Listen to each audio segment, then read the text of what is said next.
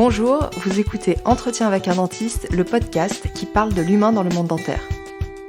Je suis Florence Etcheverry, chirurgienne dentiste et ici votre hôte.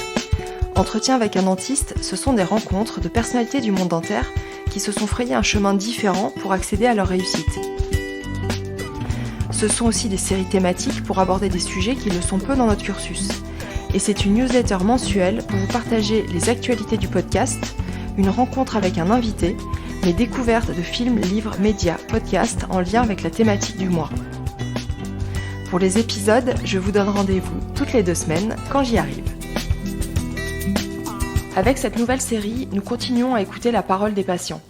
Sabrina, c'est son dentiste qui a remarqué une grosseur au fond du palais lors d'un bilan bucco-dentaire. Elle était enceinte de 6 mois.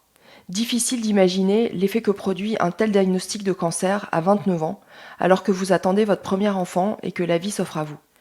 Le cancer ORL qu'a eu Sabrina est un cancer rare, qui a nécessité un traitement lourd. Lourd par les différentes interventions chirurgicales qu'il a fallu recommencer parce que les lambeaux s'étaient nécrosés, lourd par les séquelles qu'ont laissé les thérapies, et lourd parce qu'il touchait au visage. Et parce qu'après avoir souffert dans sa chair, il a fallu en plus affronter le regard de ses proches, de ses collègues, des autres, et faire face à son propre regard dans le miroir. Dans ce 2e épisode, Sabrina revient sur sa rencontre avec Christine, patiente comme elle.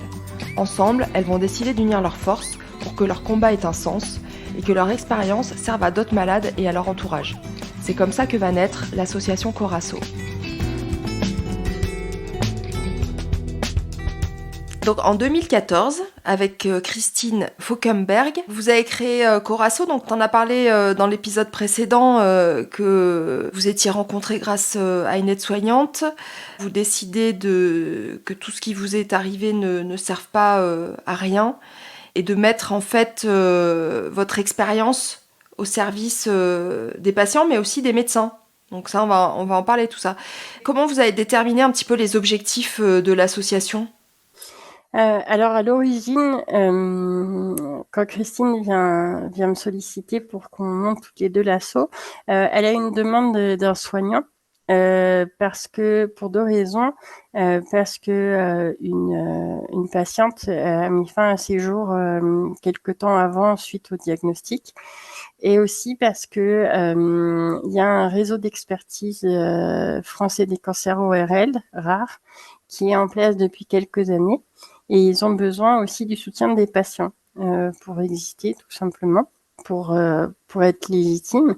Et nous, ça fait sens tout à fait. On connaît pas encore à ce moment-là le milieu associatif. Enfin, moi, je le connais, mais pas dans la gestion. On connaît pas le fonctionnement du système de santé au point de savoir que à part la Ligue ou les grosses associations comme ça, à part que des petits groupes de patients peuvent faire sens et soutenir les médecins. Enfin, on se sent tout petit face aux médecins, donc on n'a pas cette idée. Et là, on comprend que nous, en tant que patients, mais avant tout citoyens, on peut s'unir dans une association et dire bah oui, ces médecins-là, ce qu'ils font, ça fait sens. Et puis même des fois dire aux médecins attendez, là en fait on comprend ce que vous faites, mais peut-être il faut mieux l'expliquer aussi aux patients pour qu'ils comprennent. Ou nous, dans nos échanges, on se rend compte qu'il y a cette problématique-là qui ressort. Est-ce que vous pourriez vous en emparer ? Peut-être qu'il y a quelque chose à améliorer à ce sujet. Voilà, c'est l'idée de partager, de co-construire, d'avancer ensemble. Comment ça s'organise une association comme ça je veux dire, au niveau, on le voit au travers du site internet que c'est un énorme travail. Vous vous êtes lancé dessus presque à temps plein. Comment vous vous êtes organisé avec Christine ? Non, pas du tout. Ça a commencé tout doucement, mais vraiment tout doucement. En fait, au début, on a déposé les statuts. On a réfléchi aux statuts, on les a déposés. On a sollicité aussi l'aide d'autres bénévoles. Au tout début, on était 3 et on a pris conseil petit à petit pour rédiger les statuts. Et puis, une fois que les statuts étaient rédigés, malgré tout, ça avançait pas trop parce que on était à aux quatre coins de la France et les outils de communication n'étaient pas aussi développés que maintenant où on peut faire des réunions presque comme si on était à côté alors qu'on peut être Paris, Toulouse, Lyon, Brest, voilà. Donc, on n'avance pas trop. Puis, à un moment donné, j'ai l'idée de dire, mais attends, on va faire simple, en fait. Pourquoi on se prend la tête à se dire, il faut faire des grandes choses? On n'a pas de moyens de toute façon. Par contre, ce qu'on sait, c'est qu'on veut que les patients puissent échanger. Donc, on va faire des choses simples. On va créer un groupe d'échange sur Facebook. On va le sécuriser et puis on va pouvoir permettre les échanges. Et puis en parallèle, on avait fait une journée de présentation à Gustave Roussy avec les soignants et puis avec les patients.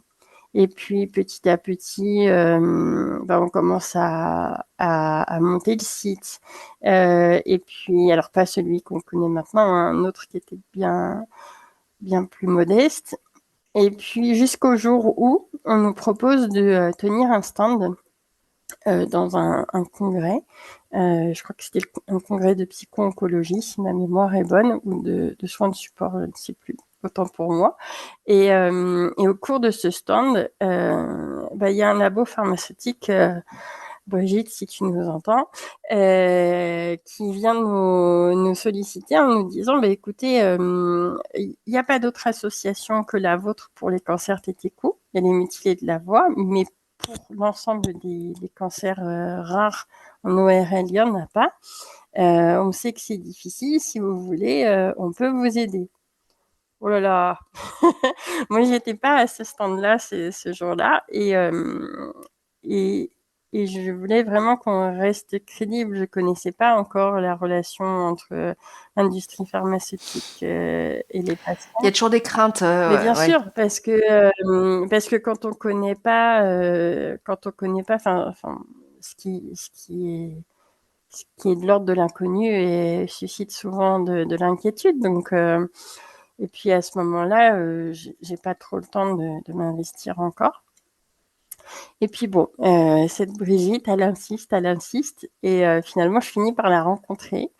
Et là, je tombe sur les fesses. En fait, je me dis, en fait, oui, allez, on va voir. Parce que oui, en fait, je me fais des idées, je me bloque toute seule. Et puis après tout, je me rends compte que les autres associations sont aussi financées en partie par l'industrie pharmaceutique. Je me rends compte que il y a même des fonds qui sont dédiés à ça et qu'en fait, on peut avancer comme ça sans pour autant être la vitrine d'un laboratoire pharmaceutique et plutôt essayer de construire. Nous, on a l'expérience, on a les idées, on a l'envie, et eux, ils ont l'envie et les moyens. Donc, à nous, on arrive à faire des choses bien.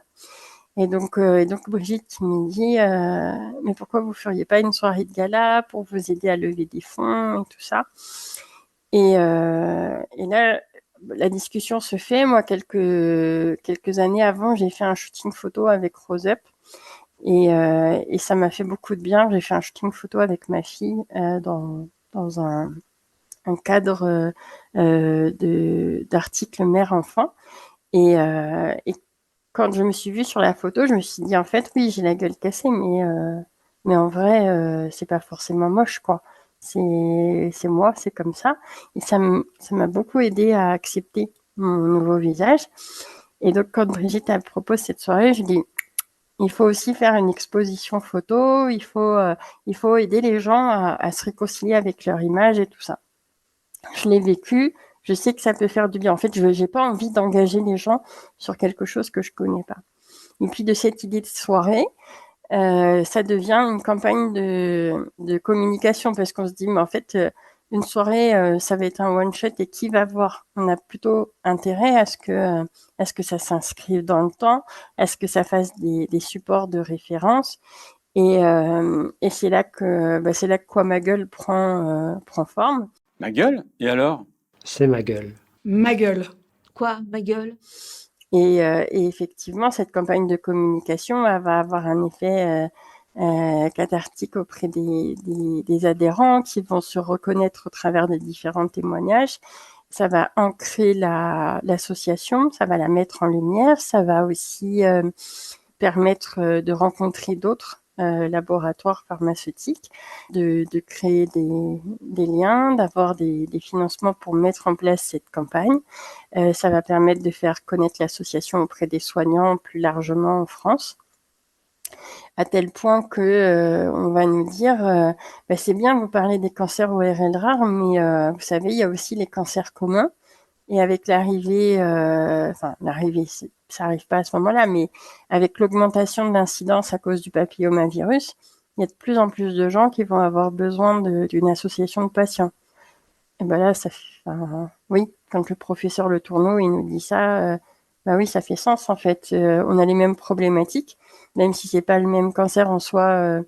Les séquelles, elles se ressemblent quand même beaucoup. Le parcours de soins aussi. Donc oui, on peut les aider, on ne va pas les laisser à la porte. Et là, bah, on ouvre encore plus grand le champ d'action au cancer et au cancer rare de la tête et du cou. L'association, elle s'appelle Corasso. Je voulais savoir d'où ça venait en fait le nom. Pourquoi vous aviez choisi ce nom-là? Alors Corasso, à l'origine, on revient à l'ADN de l'association. Le C pour cancer, le O pour ORL, le R pour rare, asso pour association. Et puis le petit côté cœur hispanique qui nous a séduit avec pas seulement l'image négative du cancer, mais l'image oui, il y a une vie avec le cancer. Quoi ma gueule? Quoi ma gueule? Quoi ma gueule? Quoi ma gueule? Quoi ma gueule? Quoi ma gueule? Quoi ma gueule? Quoi ma gueule? Quoi ma gueule? Quoi ma gueule? Quoi ma gueule? Quoi ma gueule? Quoi ma gueule? Quoi ma gueule? Quoi ma gueule? Ma gueule? Alors, quoi? Donc, on revient sur la campagne Quoi ma gueule parce que c'est une campagne qui moi m'a pas mal marqué. C'est vrai qu'au début, quand on voit tous ces visages qui ont changé, quoi, hein, et qu'on devine être différents d'avant, donc il y en a pour qui ça se voit, il y en a d'autres pour qui ça se voit pas.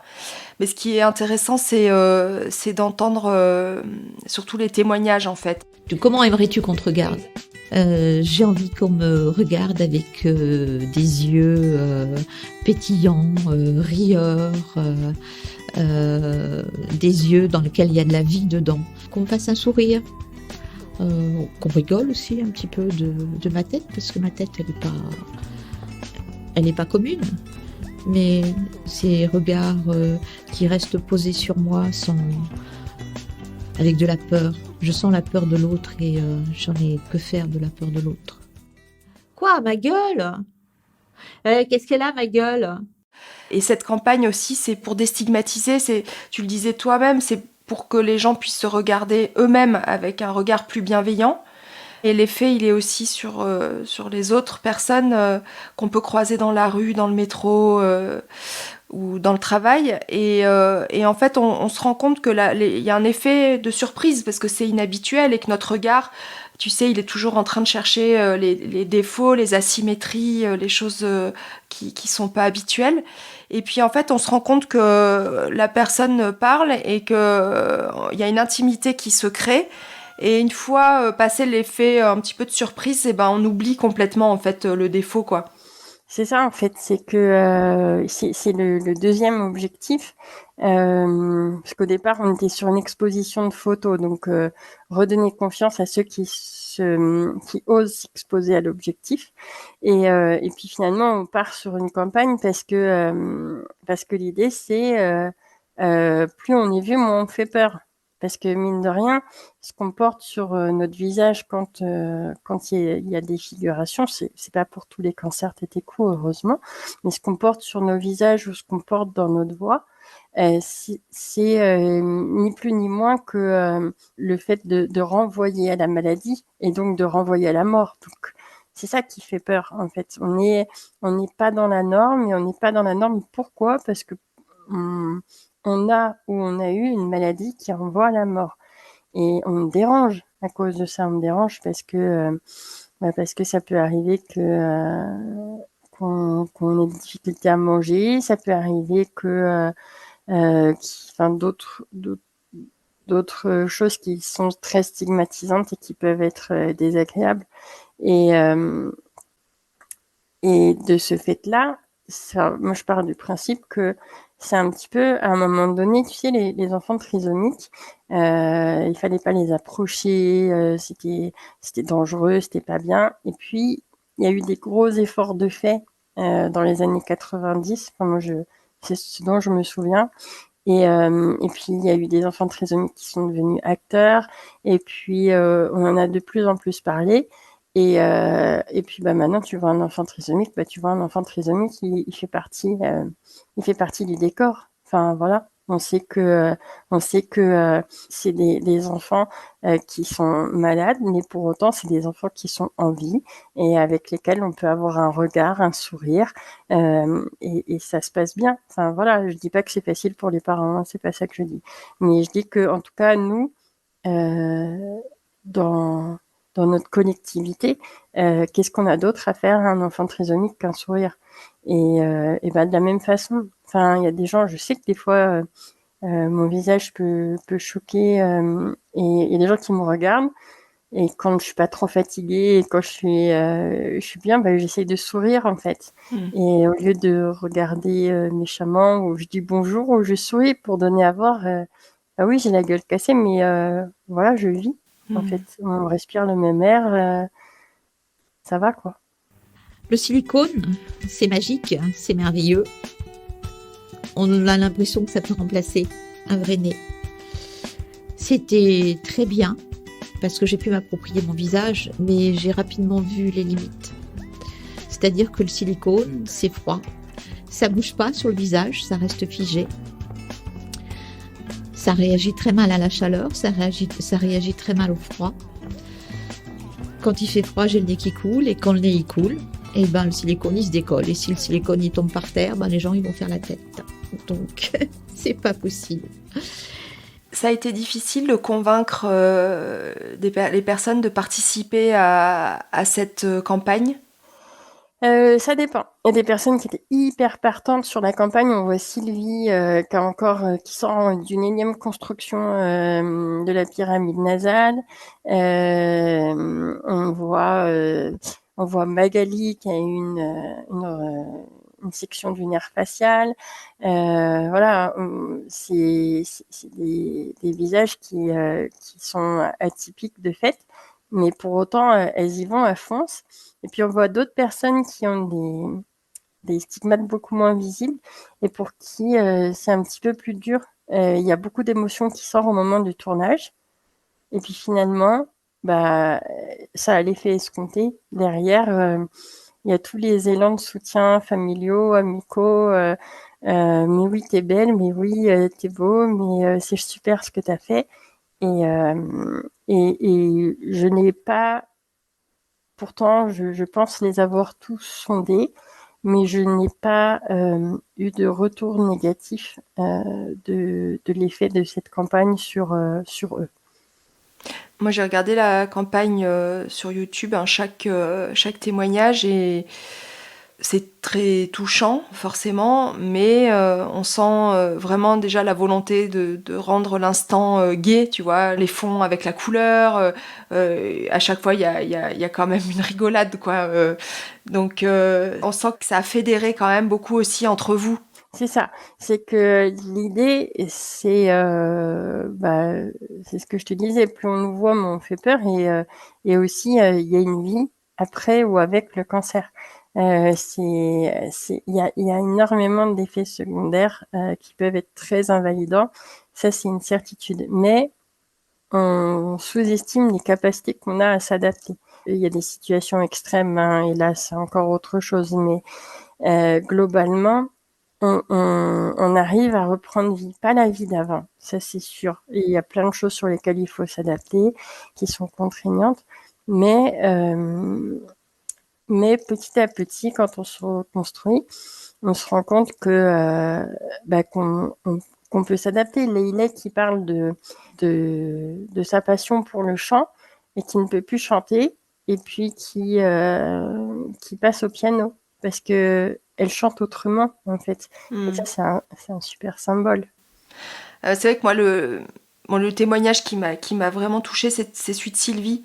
Et Sylvie, elle a aussi rédigé à l'écrit sur le blog, elle a beaucoup raconté en fait toutes ces étapes. Ce nez, il m'a permis de me regarder dans le miroir. Pendant les 8 premiers mois, je ne me regardais jamais dans un miroir, sans une compresse, sans un pansement. Ou alors, quand j'ai fait la radiothérapie, je me masquais le visage par moitié. Je regardais un demi-trou, l'autre demi-trou. C'était tout ce que je pouvais faire.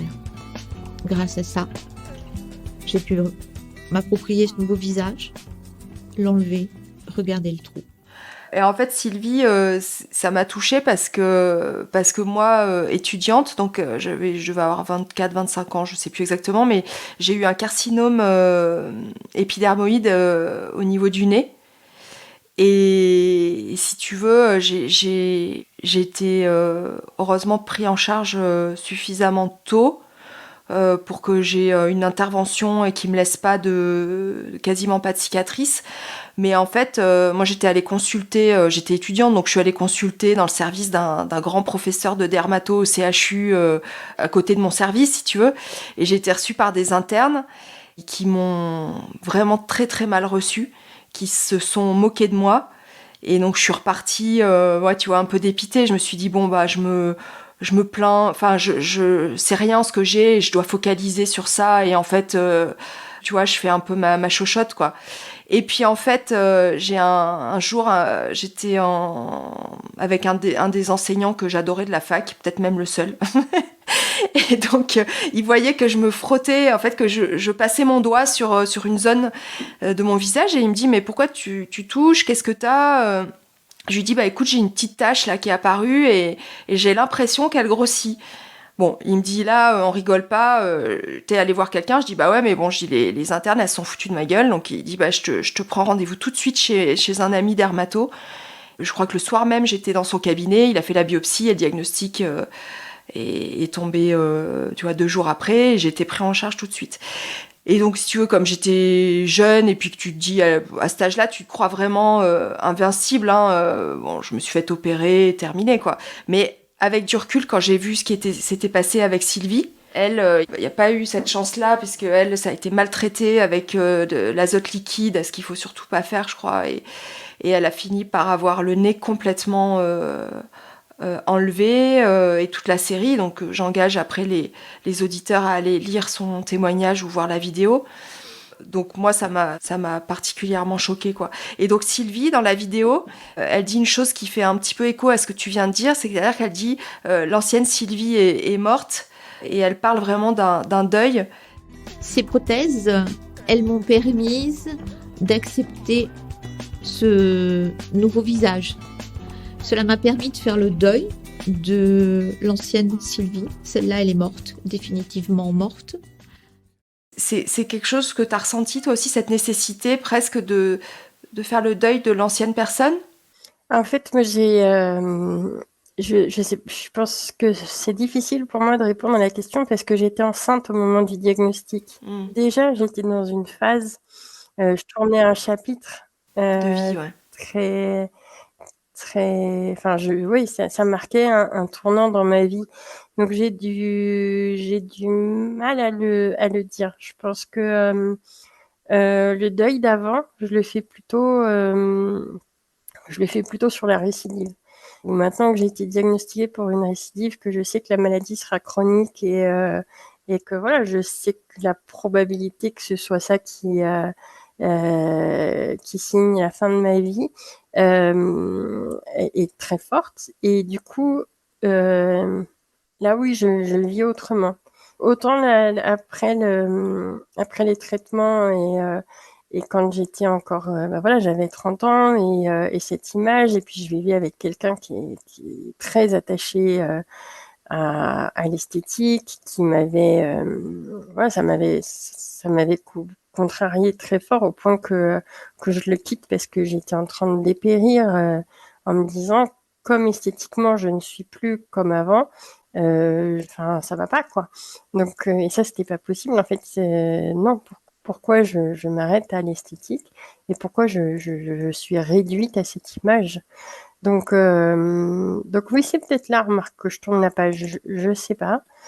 Mais moi, j'ai plutôt l'impression que la page, je la tourne quand le couperet de la récidive tombe. Et là, de toute façon, l'enjeu esthétique, alors ça veut pas dire que de temps en temps, j'essaie pas de faire un effort, hein, mais l'enjeu esthétique, il passe tellement loin, mais tellement loin. Là, l'objectif, c'est de pouvoir accompagner mes enfants le plus longtemps possible, d'être là quand ils en ont besoin, d'être auprès de mon chéri, qui lui, pour le coup, même pour mon sourire et me regarde pas mon œil abîmé. Enfin voilà, ça s'arrête pas à ces détails-là. Être là pour ma maman, être là pour ceux que j'aime. Et l'esthétique, de toute façon, ceux que j'aime et ceux qui m'aiment, enfin, ils en ont que faire. Mais c'est ce que je te disais tout à l'heure, c'est aussi quand on apprend à connaître les gens, en fait, le regard change à ce moment-là, quoi, parce qu'on passe au-delà de l'apparence.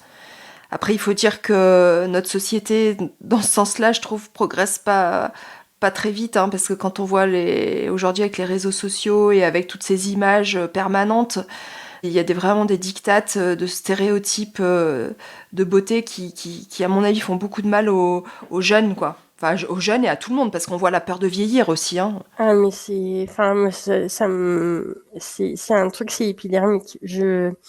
Alors, sur certains aspects, on a fait des progrès, notamment sur les femmes rondes, pour le mannequinat, pour les marques et tout ça.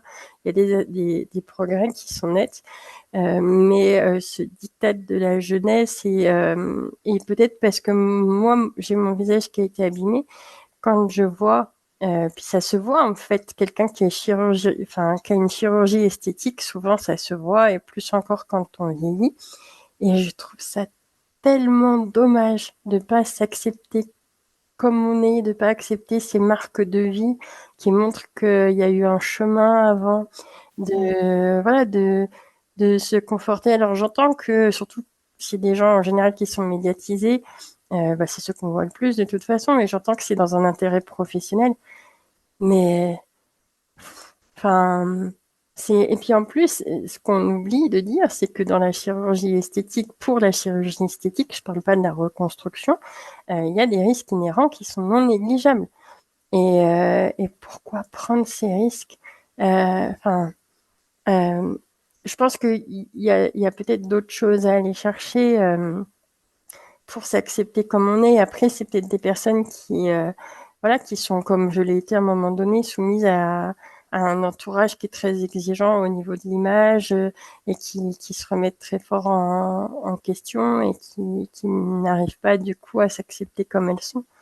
Mais ouais, je trouve ça dommage parce que de toute façon, la chirurgie esthétique, ça se voit la plupart du temps et c'est prendre un risque très fort par rapport à ce qu'il y a de précieux d'avoir son propre visage et celui qui est le marqueur de sa vie, quoi. Après, il y a aussi un travail quand même de ce côté-là de photographes et de gens qui s'investissent pour montrer des hommes et des femmes qui sont beaux avec les cheveux blancs, avec les rides. Il y a quand même une avancée, mais de l'autre côté, on recule. Donc si tu veux, on avance pas si vite que ça, quoi. Et le regard est encore très lourd là-dessus. Et d'ailleurs, on se poserait même pas la question sinon. Il y a encore, en plus, il y a tous ces filtres-là qui sont à la disposition de nos ados, qui sont en pleine construction et puis qui leur donnent une image, une image très lisse, très refaite, toute parfaite. Et on laisse plus de place à la symétrie, on laisse plus de place à la imperfection, alors qu'en fait, si on regarde certains artistes qui ont beaucoup de charme, je pense par exemple à Vanessa Paradis, elle a les dents du bonheur et c'est ce qui fait son charme. Et c'est vu en soi à l'origine comme une imperfection. Et pourtant, c'est un de ses atouts charme parce qu'elle a un sourire qui est rayonnant et au lieu de voir le petit espace entre ses dents, on voit le rayonnement du sourire. Donc, et des artistes comme ça, il y en a plein. On a plus intérêt à aller chercher le charme, à être à être élégant dans sa posture, avec un sourire, avec un bonjour, avec un merci, avec à, à vivre, à transmettre du positif. Je pense qu'on est plus beau là que quand on est parfait d'un point de vue plastique. Je suis bien d'accord. Vous avez pu mesurer l'impact de cette campagne, en fait, comment ça a été reçu? Est-ce que vous avez eu beaucoup de retours? En fait, alors, on a des retours très positifs. On a même eu, on fait même partie de l'exposition cancer qui a été donnée au Centre des sciences et de l'industrie, mais j'oublie le nom, à Pantin, à Porte de Pantin. Ça fait partie des petits, des petites séquelles du cancer. C'est pas grave parce que je sais pas donc c'est pas grave. Mais voilà, on fait partie d'une exposition qui va faire le tour de France et qui a déjà passé un an porte de Pantin à la Cité des sciences et de l'industrie, ça y est. Et donc oui, il y a eu des belles retombées, on a des retours très positifs là-dessus.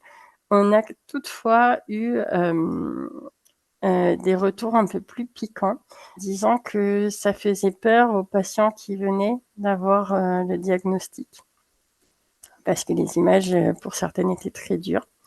Et ça, c'est plutôt des soignants qui nous ont dit ça. Alors, très peu, mais c'est des soignants qui nous ont dit ça, que c'est que, ça ne mettait pas en avant leur spécialité. Ça, c'est une en particulier qui a dit ça. Et d'autres qui nous ont dit c'est trop dur pour les nouveaux patients. Et ça, nous, on a le double effet. Tu vois, Sylvie, avec son nez refait, et puis là, en plus, avec les conformateurs, parce qu'elle sort de l'opération et tout. Elle sort du bloc quasiment quand elle fait le témoignage. Par ailleurs, maintenant, on a un adhérent pour qui Sylvie, c'est la mentor. Parce qu'il a eu une ablation de la pyramide nasale, et de voir son nez reconstruit et de voir tout ça, lui, ça lui a fait du bien. Je pense que on peut pas faire l'unanimité de toute façon. Nous, en tout cas, on a eu des retours très positifs de tout ça. On en a eu quelques négatifs, mais aujourd'hui, on a eu des retours un petit peu négatifs tout de suite après. Mais aujourd'hui, ce qui ressort le plus, c'est les retours positifs. Quel rôle vous avez justement auprès des patients qui viennent juste d'être diagnostiqués et qui vont démarrer les thérapeutiques? C'est vous qui êtes sollicité par exemple les services, ou c'est directement les patients? Comment ça se passe? Ça, encore une fois, c'est très aléatoire. Il y a des soignants qui envoient leurs patients vers nous. Il y a des patients qui nous trouvent sur Internet. Il y a des patients qui ne veulent pas échanger avec d'autres. Donc, ceux avec qui nous, on échange, il y a différents profils. Il y a le profil de celui qui a déjà eu les traitements et qui commence à être confronté aux difficultés post-traitement.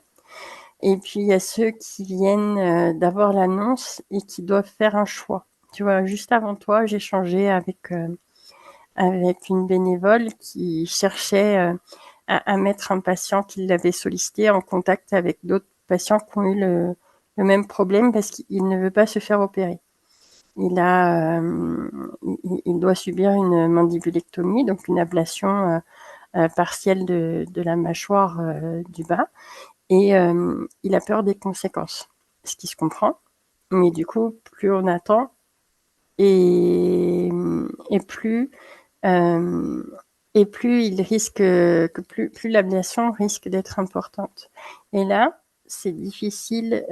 Tu peux pas lui dire regarde, tu vois, pour telle et telle personne, ça s'est super bien passé, parce qu'on ne sait pas ce qui va en être pour lui. Enfin, on peut porter l'espoir. On peut pas dire ça va se passer comme ça pour toi. On peut dire pour telle et telle personne, ça s'est bien passé. Et pour ceux pour lesquels il reste des stigmates, parce que c'est ce qui l'inquiète précisément, on peut pas te dire que ça ne va pas arriver. Par contre, on peut te dire que tu as des ressources insoupçonnées. On est tous passés par là à se dire on va pas supporter, et puis finalement à se rendre compte qu'on est capable de s'adapter au quotidien à des conditions qui paraissent insurmontables. Donc oui, ça va être difficile, on va pas dire le contraire.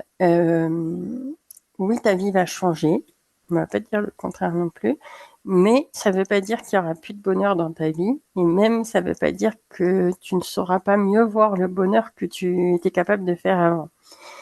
Après, il faut aussi accepter que peut-être ce patient, il voudra pas se faire opérer et peut-être que il choisira de laisser la maladie gagner du terrain et de mourir ainsi. Enfin, c'est aussi une posture qui est très délicate de dire si tu veux sauver ta vie, il faut en passer par là.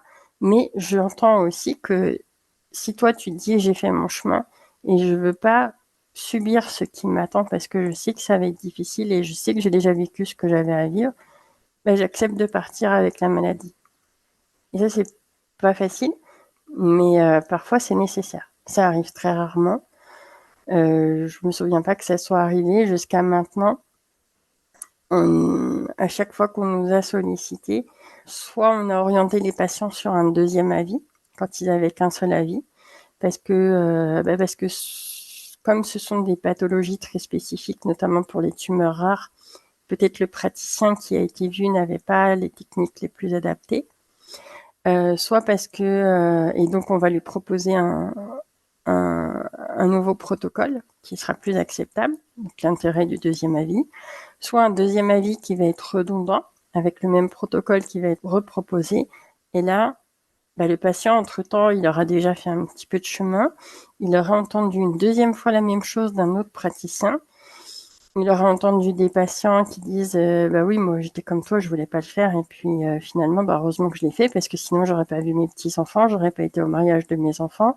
Enfin voilà, on donne à voir qu'il y a une vie après, et c'est ce qu'on peut faire de mieux en fait.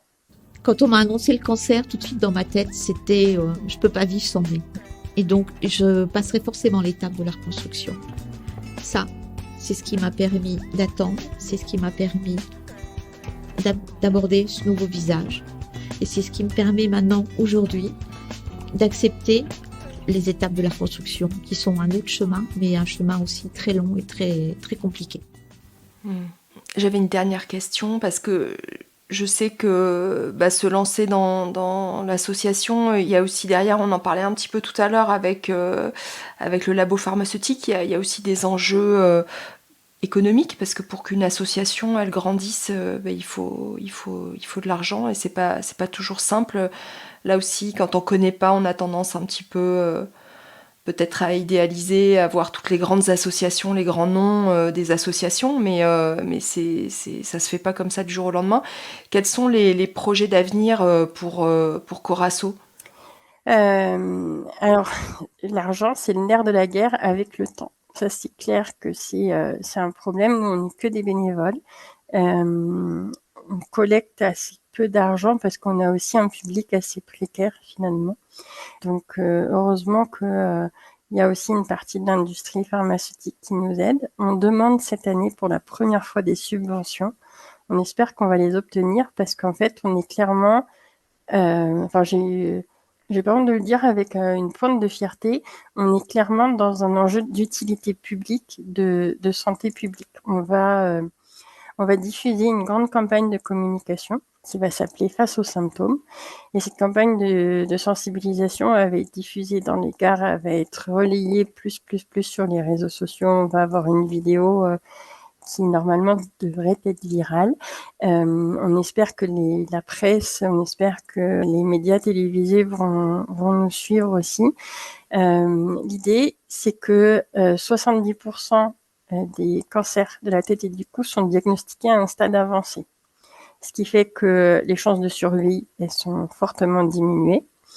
Et quand on survit, on survit avec tout ce dont je viens de parler, avec une vie qui est quand même différente de celle d'avant, parce que beaucoup de séquelles. Et ce d'autant plus qu'on a été diagnostiqué tard.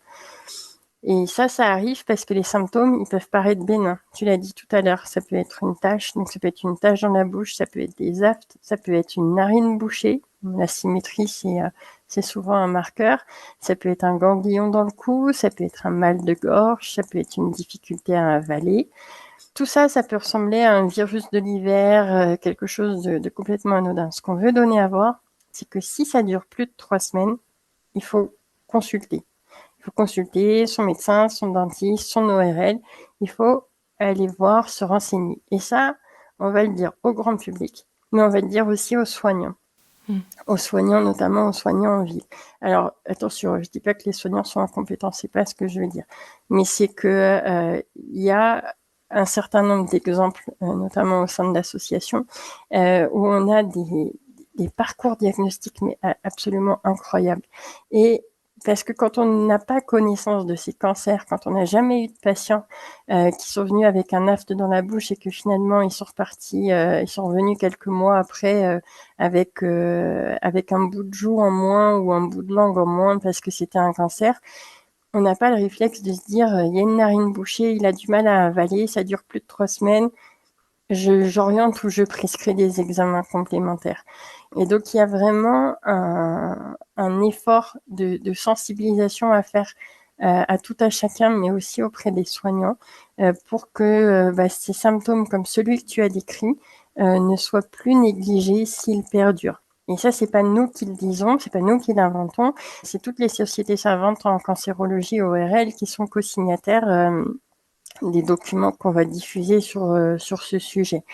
Donc voilà. Et ça, je pense que le coût de la campagne versus le coût d'un patient, je ne sais pas combien j'ai coûté à l'assurance maladie, mais ça doit être absolument honteux. Et je pense que si, au travers de cette campagne, on arrive ne serait-ce qu'à faire diagnostiquer plutôt une poignée de patients, on l'aura amorti 10 fois.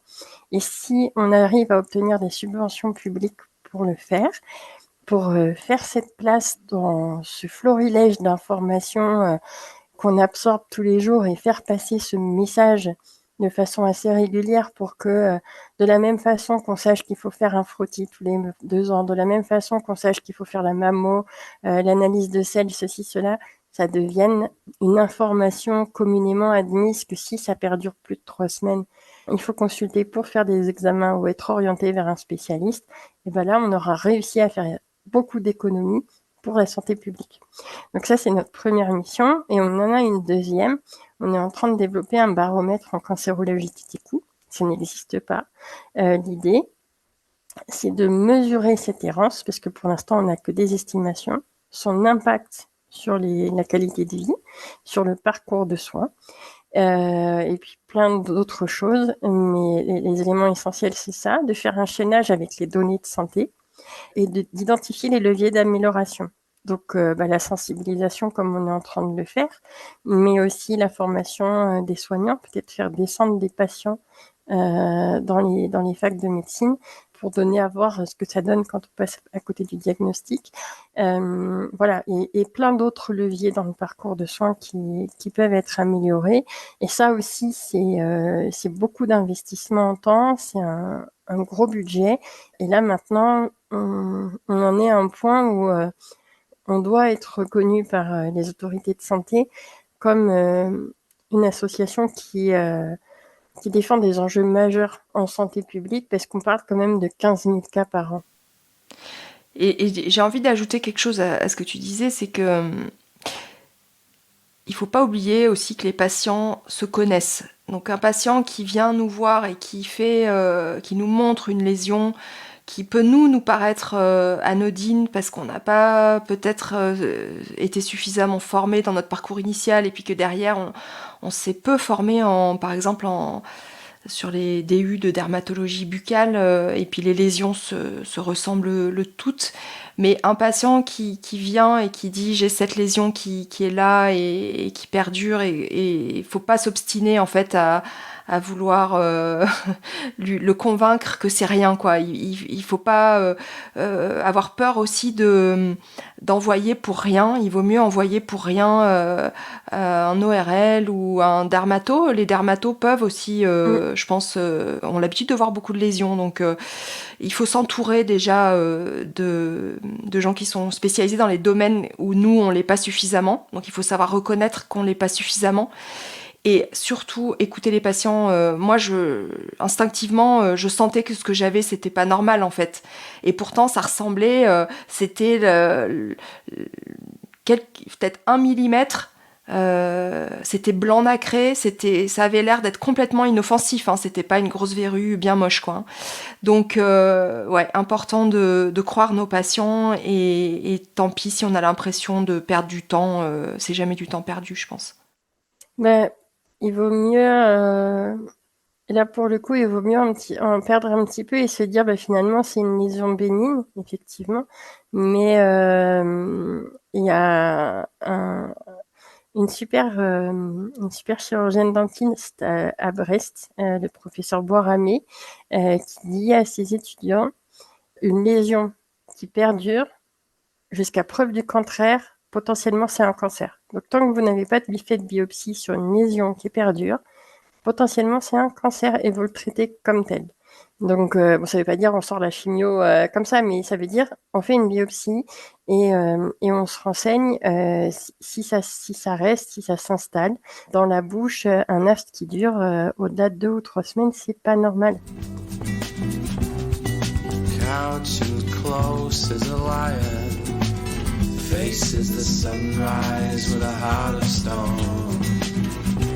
Dans le 3e et dernier épisode, Sabrina nous parlera du DU qu'elle a suivi à l'Université des patients à la Sorbonne pour devenir ce qu'on appelle patient expert ou patient partenaire.